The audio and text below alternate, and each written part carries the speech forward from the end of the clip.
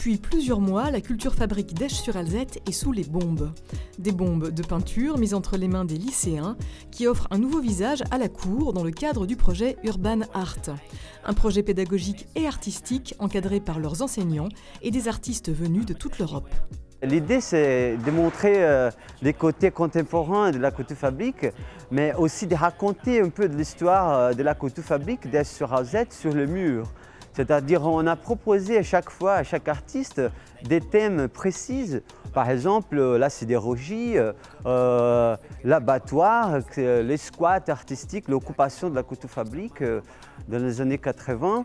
30 ans d'histoire en graphe, avec cette volonté de mettre également en valeur la culture luxembourgeoise, à travers des portraits et des citations d'auteurs nationaux inscrites à même les murs, à même le sol. Le projet est ambitieux et performant et offre aux élèves en classe d'initiation professionnelle divers métiers de gagner en confiance et en maturité. Pour les remotiver et pour leur donner le goût du travail, des projets pareils sont un moyen parfait. On peut même travailler sur les autres branches d'une façon interdisciplinaire.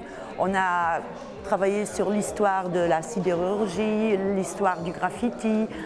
Et rien que de les sortir aussi de l'enceinte scolaire, ça leur donne une autre envie de travailler parce que d'un coup, ils oublient l'échec. Mon grand-père, mon père, ils ont tous travaillé à l'Arbette. Et c'est pour ça que moi je dis c'est un bon projet parce que aussi pour tous les élèves,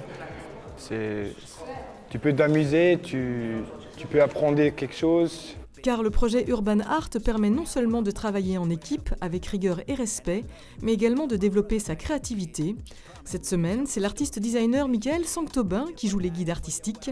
Manipulation d'une bombe, travail des aplats, des dégradés, un véritable investissement au quotidien. C'est une chose contemporaine, ils la voient sur les trains, dans la rue, partout. Donc ils le vivent aussi un petit peu. Maintenant, c'est mon rôle de leur montrer comment ça fonctionne, qu'il y a aussi certaines règles à suivre. Et si ça leur plaît, c'est à eux d'investir du temps pour s'améliorer. En attendant, ce sont plusieurs tableaux graphiques représentant l'architecture de Belleval et son processus de production qui vont prendre place sur les différentes fenêtres du site.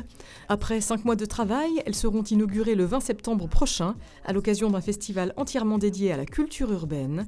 Le projet sera ensuite intégré au projet d'échange européen Comenius Regio, la culture au service de la réussite, preuve justement que la culture a plus jamais toute sa place dans la société.